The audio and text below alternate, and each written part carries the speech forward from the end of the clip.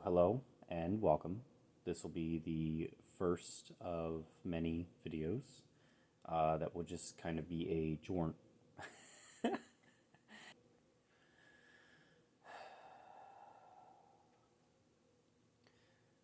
So, hello and welcome.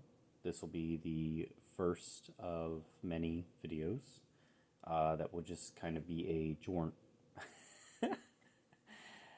This will be the first of many videos that are effectively a journal for my experience with the Gateway tapes. I believe it's called the Gateway Experience officially, which is not to be confused with the Gateway Program, uh, which is what is done at the actual Monroe Institute. So, a few years back, well, without going into a whole story, I basically started to look into out of body experiences, astral projection, well over a decade ago. And over that time, I've had some experiences, most of them completely uncontrolled and uninvited, I guess you could say. So, we're looking at well over 10 years ago, or well over a 10-year time frame, and I've maybe been able to successfully induce one or two, and even those I couldn't quite repeat. The other ones, it almost seems like they happened just because my focus was on the concept for maybe days at a time, and when you lose that focus, it kind of stops.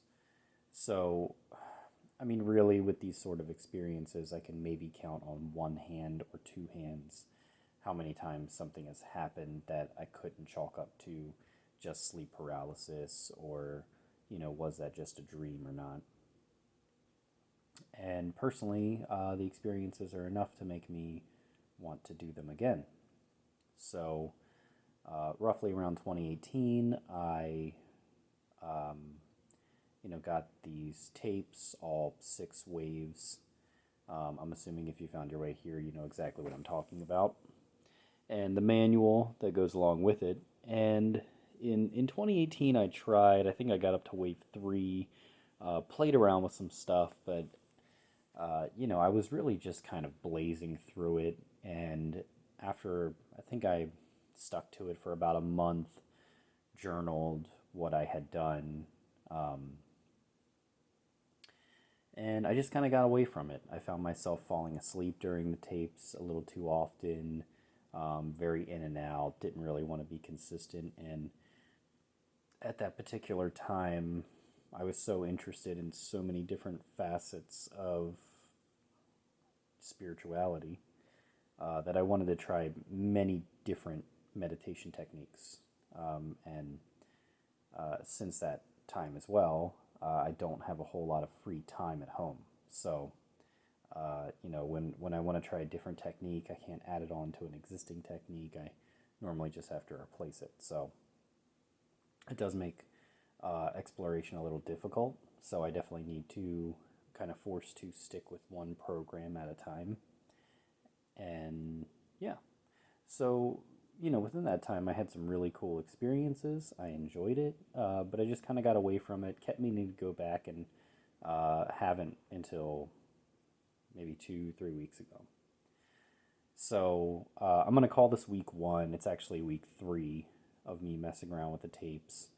Spent the first couple weeks in wave 1, just really working with Focus 10 and rebar or reball, rebar. um, just getting familiar with all that. And this week, I'll say I had a couple cool experiences, nothing mind blowing. Um, I did try the question and answer. I won't go into details, but the answer I got was kind of unsatisfying and almost monosyllabic. And did have an experience with I wrote it down, and I don't have my notes in front of me. I believe it was Focus 10, Free Flow, Focus 10. Um, and I didn't really have a goal going into it that day. So I decided to just kind of repeat to myself in the present tense.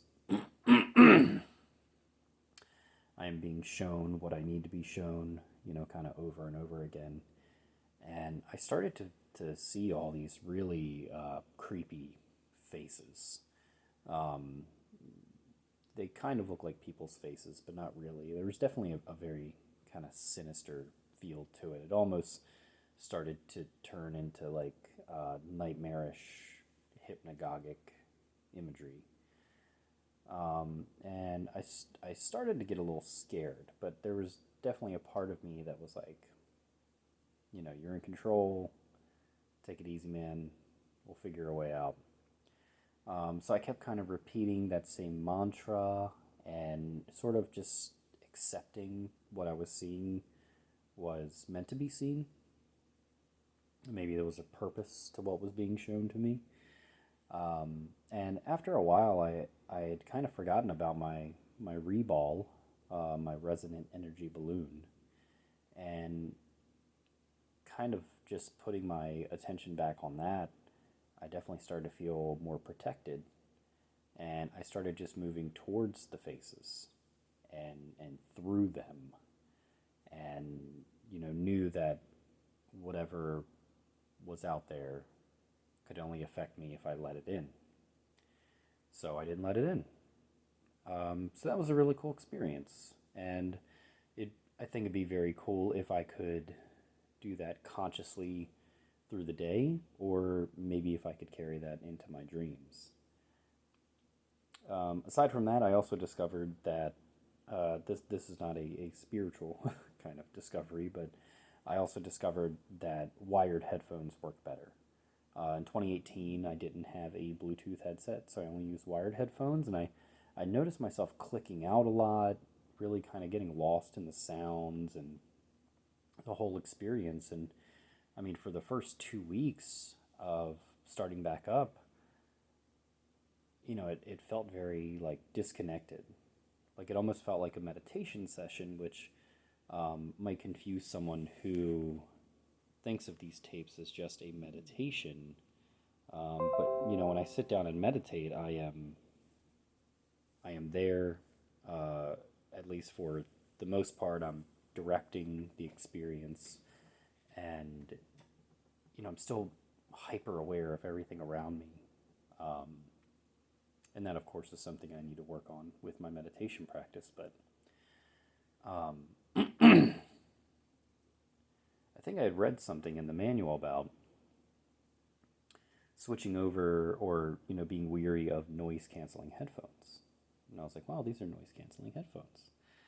So I switched over to my wired ones, and I mean, the first couple tapes that I listened to after that had a crazy difference, just in the way that I felt and the actual sounds I was hearing. So that's definitely something to keep in mind if perhaps you're listening and you're not quite getting any meaningful experience. It certainly can't promise you a meaningful experience, but maybe the issue is more technical than it is emotional. So yeah, I mean that's really it. Outside of that, I did Discovery Sleep, which for some reason I've never enjoyed. I've tried it I think once or twice, and every time I do it, I don't like it. I think I just don't like the idea of like rolling over with my headphones in, or if I'm tired, I just want to go to sleep. I don't want to do a 30-minute preparation. So anyway, popped my headphones in, did the exploration sleep, and just, I didn't get out of body or anything, which is okay, because as much as I want to, I'd be all right with that not happening at this stage, and just kind of learning the techniques. But it was just so peaceful, and all through the guidance, You know, when he was talking about feeling yourself floating up and rolling around, and I didn't necessarily feel that, but I definitely felt not hyper aware of my body. And that's normally the stage when I realize that there is a meaningful experience in meditation, is when um, I've kind of forgotten about the fact that I have a physical body.